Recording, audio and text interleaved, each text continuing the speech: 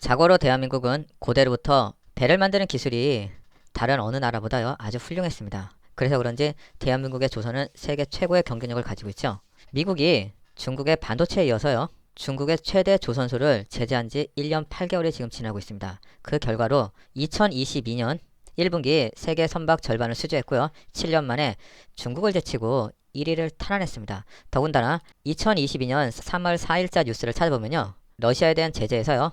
한국도 예외를 인정하고 있으니까요. 그 부분이 대한민국의 조선 산업에 대해서 긍정적인 뉴스로 작용하고 있습니다. 우리는 시황적으로요. 조선주에 대한 관심을 가져야 되는 게 바로 여기에 있습니다. 미국이 중국에 대한 제재입니다. 중국의 선박 발주가 많으면 많을수록요. 중국의 조선업의 경쟁력은 높아지고요. 그로 말미암아 해양 패권에 도전하는 결과로 이어질 수 있는데요.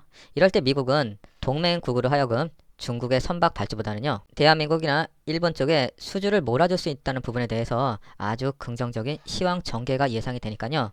우리는 이럴 때 미국의 해양 패권에 맞서는 중국의 조선 산업의 부흥을요. 미국의 견제로 하여금 대한민국의 조선주가 다시 한번 차트에 반등이 올 수 있을 거라고 예상이 되니까요. 우리는 이때 대한민국의 대표적인 조선 4사에 대해서 한번 관심을 갖고요. 그 차트에 대해서 다시 한번 확인을 해야 됩니다. 현대중공업입니다. 우리나라 제1의 조선소죠. 그래서 그런지 현대중공업 같은 경우는 주가가 우상향을 하고 있습니다. 그와 반대로요. 현대미포조선과 대우조선해양, 삼성중공업은요. 전체적으로 주가가 조정을 받는 모습을 보이고 있는데요. 주가가 조정을 받는다는 건요. 러시아에 대한 선박 수출 대금에 대한 시장이 우려를 하는 그 모습이 현재 주가의 차트 모습으로 나타날 수 있고요. 다른 한편으로는 중국의 저가 수주에 대한 우려가 아직까지 상존해 있다는 게 현대미포조선, 대우조선해양, 삼성중공업이 주가가 현대중공업에 비해서 약한 모습을 보이는 게 그 원인이라고 생각이 되는데요. 우리는 여기서 조선주에 대한 매수 전략에 대해서 고민을 해야 된다는 겁니다. 그렇지만 이 차트의 모양보다는요.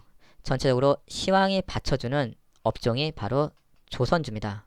우리는 이럴 때 현대중공업 같은 경우는 눌림목 줄 때 모아간다는 생각으로 접근하면 괜찮을 것 같고요. 현대미포 조선의 경우는요. 7만원대에 반등하는 차트의 모습을 보고요. 분할 매수의 관점으로 접근하면 생각보다 좋은 수익이 나을 것 같네요. 대우조선해양과 삼성중공업도 마찬가지입니다. 선박 수출에 대한 대금이 문제가 될 수 있지만은 주가에 반영이 되고요. 한 번 더 주가가 조정을 받을 수 있을지언정 단기적인 악재보다는 미국이 중국에 대한 제재가 결국은 대우조선해양과 삼성중공업에 대한 긍정적인 차트의 모습이 나타날 가능성이 아주 높아지는 그런 분위기입니다. 대우조선해양과 삼성중공업 같은 경우는요. 주가가 한 번 더 조정을 받을 시에는 분할 매수 관점으로 접근하는 전략은요. 상당히 좋은 전략적 선택인 것 같습니다.